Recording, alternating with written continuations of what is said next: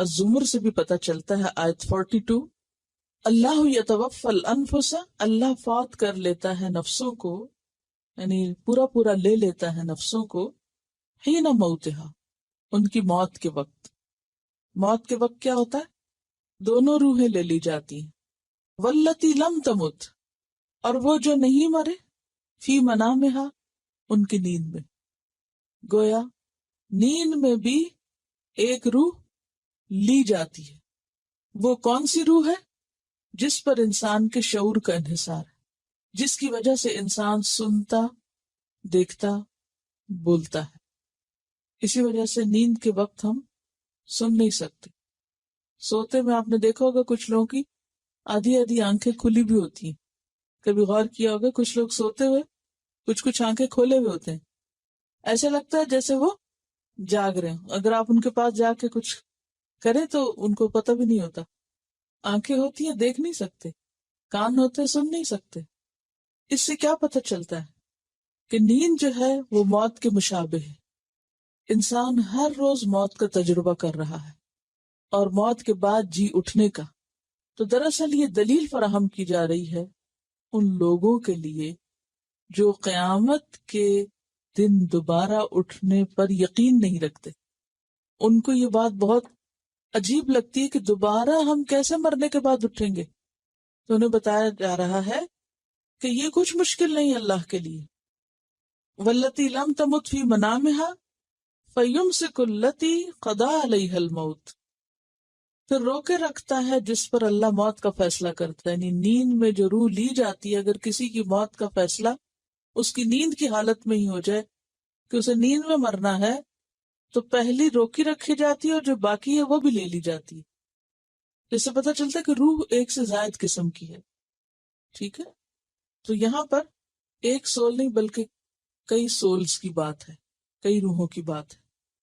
وَيُرْسِلُ الْأُخْرَى إِلَىٰ أَجَلٍ مُّسَمًّى، اور دوسری روح کو پھر بھیج دیتا ہے ایک خاص وقت تک جب تک انسان کو زندہ رہنا ہوتا ہے۔ إِنَّ فِي ذَلِكَ لَآيَاتٍ لِقَوْمٍ يَتَفَكَّرُونَ، یقیناً اس میں نشانیاں ہیں ان لوگوں کے لیے جو غور و فکر کریں، اور اس غور و فکر سے کیا نتیجہ نکالیں کہ ہم سب کو مرنے کے بعد دوبارہ اٹھنا ہے۔ وَيَعْلَمُ، اور وہ جانتا ہے، مَا جَرَحْتُمْ، جو تم کمائی کرتے ہو، بالنہار، دن کے وقت۔ اب دیکھیں کہ کام کرنے کے لیے عربی میں کئی لفظ آتے ہیں، مثلا فعل، عمل، کسب، یہاں پر جرح، صنع۔ فرق کیا ہے؟ فعل بھی کام کو کہتے ہیں، عمل بھی کام کو کہتے ہیں، کسب اور جرح میں کیا فرق؟ بہت باریک فرق ہے، چھوٹے چھوٹے، ان کا اگر معلوم ہو تو انسان کا غور و فکر جو ہے وہ زیادہ کام کرتا ہے۔ فعل ہوتا ہے کوئی بھی کام جو ارادے سے کرے یا بلا ارادہ۔ مثلا آپ اس وقت سانس لے رہے ہیں، تو آپ کا کوئی ارادہ ہے سانس لینے کا یا نہیں؟ تو سانس لینے کا عمل جو ہے کیا ہے؟ یہ فعل ہے۔ اسی طرح آپ کا دل کام کر رہا ہے، آپ کا اس میں کوئی کنٹرول نہیں، آٹومیٹک مشین ہے، وہ فری ملی ہوئی، چاہے خیال رکھیں اس کا یا نہ۔ لیکن عمل جو ہوتا ہے وہ ارادے سے کیا جانے والا کام ہے۔ یہ فرق ہو گیا نا؟ عمل کیا ہے؟ جس میں ارادہ بھی شامل ہو۔ مثلا جیسے آپ یہاں آ کے بیٹھے ہیں، پڑھتے ہیں، کھاتے ہیں، پیتے ہیں، تو جن چیزوں میں آپ کا ارادہ شامل ہو جاتا ہے وہ عمل ہے۔ اسی لیے انسان کا مواخذہ کس پر ہے؟ عمل پر ہے۔ بلا ارادہ کھانے والی قسم جو ہے اس پر نہیں، کیونکہ اس میں انسان بس ایسے بے دھیانی میں کچھ کہہ رہا ہے۔ پھر اسی طرح کسب کمائی کو کہتے ہیں، یعنی وہ کام جس میں نفع مطلوب ہوتا ہے، مثلا کوئی جاب کرنا، کوئی کام کرنا، پیسے کمانا، اس کو کسب کہتے ہیں۔ نیکی کمانا، بدی کمانا، بدی بھی اس میں آ جاتی، ضروری نہیں کہ اچھی چیز ہی کمانا، کچھ بھی کمانا کیا کہلاتا ہے؟ کسب۔ انسان چاہتا تو نفع ہی ہے، لیکن نقصان ہو جائے تو الگ بات ہے۔ جب نفع کے لیے انسان جاتا تو نقصان بھی ساتھ ہی، ہر چیز اپنے اپوزٹ کے ساتھ۔ اچھا، پھر ایک اور لفظ سنا، بما یصنعون، آپ پیچھے پڑھتے رہیں۔ سنا ہوتا ہے عمدگی سے کوئی کام کرنا، مہارت سے کام کرنا، اسکل جس کو کہتے ہیں، کاریگری، صنعت۔ اور یہاں آپ پڑھ رہے ہیں جرحتم، اور ترجمہ کر رہے ہیں تم نے کمائی کی، تم نے کام کیا، جو بھی تم کرتے ہو. تو جرح کا لفظ جو نا یہ جرحن سے ہے. جرح کہتے ہیں زخم لگانے کو، جرحن زخم کو کہتے ہیں نا. پیچھے پڑا والجروح قصاص.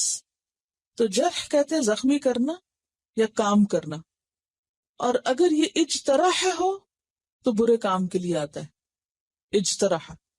جیسے قرآن پاک میں آتا ہے ام حسب الذین اجترحوا السیئات، کیا وہ لوگ جنہوں نے برے کاموں کا ارتکاب کیا وہ یہ سمجھتے ہیں. لیکن اگر جرح تم ہو تو اس میں اچھا یا برا دونوں کاموں کے لیے ایک کامن ورڈ ہے، اچھے برے کام کرنا. اور اس میں بھی کوشش شامل ہے، سمجھ رہے؟ تو اب آپ ذرا غور کیجئے. وَيَعْلَمُ، اور وہ جانتا ہے، مَا جَرَحْتُمْ، جو بھی تم کر رہے ہو، جو بھی تم زمین پہ چلتے پھرتے اپنے آثار چھوڑ رہے ہو، کوشش کر رہے ہو، زخم لگا رہے ہو اس زمین پر، کچھ بھی جو کر رہے ہو. بن نہاری، دن کے وقت، یعنی تمہاری دن کی کارکردگی کوششیں وہ بھی سب اللہ کو پتا ہے. اور جو کچھ تم رات کے وقت کرتے ہو، یعنی جو نیند ہے تمہاری وہ بھی اس کے اختیار میں ہے. اور نیند ایک ایسی چیز ہے نا کہ جس کے آگے انسان بے بس ہو جاتا ہے. ثم یبعثکم فیہ، پھر وہ اٹھاتا ہے تم کو اس میں. کہاں سے اٹھاتا ہے؟ نیند سے. کیوں اٹھاتا ہے؟ آپ کو تو اتنی نیند پسند ہے، سوتے ہی رہیں. لیقضا، تاکہ پوری کی جائے، اجل، زندگی، مسمن، طے شدہ.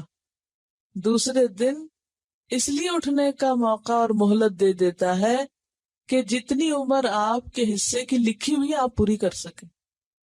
جو لائف سپین ہے آپ کو، یہ لائف ٹائم ہے جو آپ کا، اس کو پورا کرنے کے لیے وہ نئے دن میں پھر ایک طرح سے نئی زندگی تم کو دیتا ہے. اور جس دن وہ وقت پورا ہو گیا، موت کا وقت آ گیا، پھر اگلا دن نہیں ملے گا، سب چانس ختم. لیقضی اجل مسمى، یہ روز ہو رہا ہے، تمہیں سلا دیتا ہے. یبعثکم فیہ، پھر اٹھا دیتا ہے. کیوں اٹھاتا ہے؟ تاکہ تمہاری مقرر زندگی کے دن پورے ہو جائیں. ثم الیہ مرجعکم، پھر اس کی طرف تم سب کو لوٹنا ہے، واپسی اس کی طرف. مرجع جو ہوتا ہے وہ نقطہ آغاز کی طرف لوٹنا ہوتا ہے، یعنی جہاں سے آپ چلے تھے وہیں واپس جانا، رجوع کرنا ہوتا ہے. یہ جو توبہ میں کہتے ہیں نا رجوع کر لو، یا طلاق کے بعد کہتے ہیں رجوع کر لو، تو رجوع کیا ہوتا ہے؟ نقطہ آغاز کی طرف لوٹنا. جہاں سے چلے تھے وہیں واپس جاؤ، یعنی گناہ کرنے سے پہلے جس حال میں تھے اس کی طرف واپس چلے جاؤ. تو اس سے کیا پتہ چلتا ہے کہ انسان جہاں سے آیا ہے اسے وہیں واپس جانا ہے، جس رب کی طرف سے آیا ہے اسی رب کی طرف لوٹنا ہے. ثم الیہ مرجعکم ثم ینبئکم، پھر وہ تم کو بتائے گا، یعنی جب سارا لائف سائیکل پورا ہو جائے گا پھر تم اس کے سامنے جا کھڑے ہوگے، پھر وہ تم کو بتائے گا. کیا بتائے گا؟ بما کنتم تعملون، جو کچھ تم عمل کرتے رہے. کیا پکچر بنتی ذہن میں؟ اس آیت کو پڑھ کے کیا ذہن میں آتا ہے کہ ہم ایک نقطہ آغاز سے چلے، یہاں آئے، ہر ایک کو ایک مقرر وقت ملا، کوئی اتنے سال جیے گا، اتنے، اور ہر نئے دن میں وہ اپنا وقت پورا کر رہے ہیں. جب وہ سارا سائیکل تمام ہو جائے گا تو وہیں واپس پہنچ جائیں گے جہاں سے ہم چلے تھے. اور پھر وہ واپسی کیا ہے؟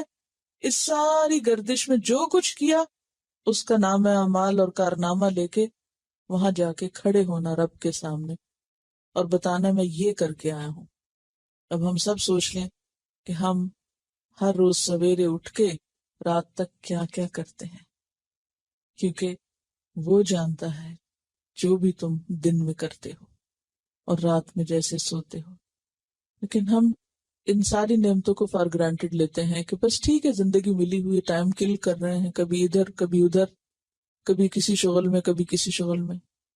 تو بیکار اور بے مقصد اللہ نے نہیں پیدا کیا کہ یوں ہی سیر کر کے گھوم پھر کے واپس وہیں جا کھڑے ہوں اور ہاتھ میں کچھ بھی نہ ہو. وَهُوَ الْقَاهِرُ فَوْقَ عِبَادِهِ، بھاگ کے بھی کہیں نہیں جا سکتے کیونکہ وہ غلبہ رکھنے والا ہے. قاہر، غلبہ رکھنے والا. اسے بندوں کی ابتدا اور انتہا ہر چیز پر اختیار ہے. اور قاہر ایسے غالب کو کہتے ہیں جس کا مقابلہ ممکن نہ ہو. یاد رکھیے، ایک ہوتا ہے نا لفظ غالب اور ایک ہوتا ہے قاہر. قاہر وہ غالب جس کا مقابلہ ممکن نہ ہو. عام بندوں میں سے تو ایسا ہوتا ہے نا، اگر کوئی آپ پہ غالب آ جائے آج تو کل آپ اس پہ غالب آ جائیں گے. لیکن اللہ ایسا قاہر ہے کہ جس پہ آپ غالب نہیں آ سکتے، جس کا مقابلہ نہیں کر سکتے. فوق عبادہ، اپنے بندوں پر، یعنی وہ اپنے بندوں پر پوری طرح غالب ہے. بندوں کی ہر چیز پر اسی کا اختیار ہے. وَيُرْسِلُ عَلَيْكُمْ حَفَظًا، اور وہ بھیجتا ہے تم پر حفظہ، حفاظت کرنے والے. حفظہ جو ہے حافظ کی جمع ہے. جیسے طلبہ کس کی جمع ہے؟ طالب کی. اردو میں بولتے ہیں نا طلبہ، تو اسی طرح حفظہ. اور وہ تم پر حفظہ کو بھیجتا ہے. مراد ہیں فرشتے جو ہماری نگرانی کر رہے ہیں. حافظ بمانا نگران ہے، جیسے کہ قرآن پاک میں آتا ہے وَإِنَّ عَلَيْكُمْ لَحَافِظِينَ کِرَامًا کاتبین یعلمون ما تفعلون، کہ وہ جو دن بھر کمائی کرتے ہو وہ ایسے ہی نہیں، اللہ تعالیٰ اس کا ریکارڈ بھی رکھوا رہا ہے، خود بھی سب دیکھ رہا ہے. اس کے ساتھ وہ فرشتے بھی بھیجتا ہے جو آ کے بندوں کا سب کیا دھرا لکھ کے لے جاتے ہیں. جو کچھ وہ صبح سے شام اور شام سے صبح تک کرتے ہیں سب کا ریکارڈ تیار ہوتا ہے اور پھر وہ واپس لے جاتے ہیں. اس کی وضاحت ایک حدیث کرتی ہے. حضرت ابو ہریرہ کہتے ہیں کہ آپ صلی اللہ علیہ وسلم نے فرمایا تم میں دن اور رات کے فرشتے ایک دوسرے کے بعد باری باری آتے رہتے ہیں. یہ جو لفظ آتا ہے نا یرسلو، بھیجتا ہے، تو یہ کیسے ہوتا ہے؟ باری باری. کون؟ رات اور دن کے فرشتے. کیا نام ہے ان کا؟ کرامن کاتبین. اور جیسا کہ سورۃ الطارق میں آتا ان کل نفس لما علیہا حافظ، ہر شخص کے اوپر ایک نہ ایک نگران مقرر ہے. کوئی بھی شخص ایسا نہیں کہ جس کی نگرانی نہ ہو رہی ہو، انڈر سپرویژن ہے وہ. تو آپ صلی اللہ علیہ وسلم نے فرمایا کہ تم میں دن اور رات کے فرشتے ایک دوسرے کے بعد باری باری آتے رہتے ہیں. عصر اور فجر کی نماز کے وقت وہ جمع ہو جاتے ہیں، ان کا ملاپ ہوتا ہے آپس میں، یعنی شفٹ تبدیل ہوتی ہے. جیسے دنیا میں لوگ دفتر میں کام کرتے ہیں نا، تو کسی کی نائٹ ڈیوٹی ہوتی ہے اور کسی کی دن کی ڈیوٹی ہوتی ہے. تو پھر جب ایک کی ڈیوٹی ختم ہو رہی ہوتی ہے تو دوسرے کی شروع ہو رہی ہوتی. ایسا تو نہیں ہوتا نا کہ پہلا چھوڑ کے چلا جائے اور دوسرا آ کے تو حیران پریشان کھڑا ہو. وہ آ کے ایک پوائنٹ پہ میٹ کرتے ہیں اور پھر چارج لے کے جس کی شفٹ ختم ہوتی ہے وہ چلا جاتا ہے. بالکل اسی طرح فرشتے بھی، دن کے فرشتے عصر تک کام کرتے ہیں، عصر کے وقت شفٹ تبدیل ہوتی ہے، پھر عصر کی نماز میں وہ جمع ہوتے ہیں. پھر وہ فرشتے جو رات کو تمہارے پاس رہے تھے اوپر چڑھتے ہیں، یعنی فجر کے وقت بھی اسی طرح ہوتا ہے. تو اللہ تعالیٰ ان سے پوچھتا ہے کہ تم نے میرے بندوں کو کس حال میں چھوڑا، حالانکہ وہ خود خوب واقف ہوتا ہے. پھر بھی فرشتوں سے پوچھتا ہے. فرشتے عرض کرتے ہیں جب ہم نے انہیں چھوڑا وہ نماز پڑھ رہے تھے، فجر اور عصر، صلاۃ الوسطیٰ، اور جب ان کے پاس گئے تو بھی نماز پڑھ رہے تھے. دونوں ٹائمنگ جب ڈیوٹی شفٹ ہوئی ہماری تو ہم نے ان کو نماز کی حالت میں چھوڑا. اور جو لوگ نماز لیٹ پڑھتے ہیں تو وہ فرشتے بیچارے انتظار کرتے رہتے ہیں کہ اٹھیں تو ڈیوٹی تبدیل کریں، ورنہ پھر جا کے بتاتے ہیں کہ سو رہے تھے، قیلولہ کر رہے تھے اور فجر کے وقت سو رہے تھے. سونے والوں کا تو پھر یہ لکھتے ہوں گے، کیونکہ کچھ لوگوں کو سونے کے سوا اور کام کم ہی ہوتے ہیں. وہ سمجھتے ہیں زندگی شاید ان کو آرام کے لیے ملی. تو وَيُرْسِلُ عَلَيْكُمْ حَفَظًا، وہ تمہارے پاس حفظہ کو بھیجتا ہے، نگرانوں کو بھیجتا ہے. اور یہ نگران سورۃ الرعد آیت 11 میں آتا ہے لَهُ مُعَقِّبَاتٌ مِّن بَيْنِ يَدَيْهِ وَمِن خَلْفِهِ، اس کے آگے اور پیچھے ہوتے ہیں. يَحْفَظُونَهُ مِنْ أَمْرِ اللَّهِ، اللہ کے حکم سے اس کی نگرانی کر رہے ہوتے ہیں، حفاظت کر رہے تھے. حفاظت بمانا نگرانی، یعنی ایک فرشتہ آگے سے دیکھ رہا ہوتا ہے اور ایک پیچھے سے. سورۃ الزخرف آیت 80 میں فرمایا ام یحسبون، کیا یہ لوگ سمجھتے ہیں انا لا نسمع سرهم ونجواهم، کہ ہم ان کی چھپی باتیں اور سرگوشیاں نہیں سن سکتے، یعنی یہ غلط باتیں جو دل میں رکھتے ہیں یا چپ کے کرتے رہتے ہیں، یہ سمجھتے ہیں ہمیں نہیں پتہ چلتی. اکثر ایسے ہی ہوتا نا، برے خیالات، بدگمانیاں، دوسروں سے نفرتیں، یہ سب کہاں ہوتی ہیں؟ دل میں. یا پھر اگر انسان ان کا اظہار کرتا ہے تو کہاں کرتا ہے؟ چپ کے. اور اس وقت وہ بھول جاتا ہے کہ کوئی اور بھی پاس بیٹھا سن رہا ہے، آگے بھی فرشتہ پیچھے بھی ہے، دائیں بھی ہے بائیں بھی. کیونکہ حدیث میں تو دائیں بائیں آتا ہے نا، اور یہاں اس آیت سے من بین یدیہ ومن خلفہ کی بات آتی ہے، آگے پیچھے سے گھیرا ہوا ہے. فرمایا بلا، کیوں نہیں، ورسلنا، اور ہمارے بھیجے ہوئے یعنی فرشتے، لدیہم ان کے پاس ہی بیٹھ کر، یکتبون لکھ رہے ہیں، ہمارے فرشتے لکھ رہے ہیں، وہ سب جانتے ہیں. وَهُوَ الْقَاهِرُ فَوْقَ عِبَادِهِ، وہ اپنے بندوں پہ غالب ہے، زور آور ہے، اور نگران فرشتے بھی بھیجتا ہے جو انسان کے سارے کاموں کو لکھ رہے ہیں. حَتَّى إِذَا جَاءَ أَحَدَكُمُ الْمَوْتُ، یہاں تک کہ تم میں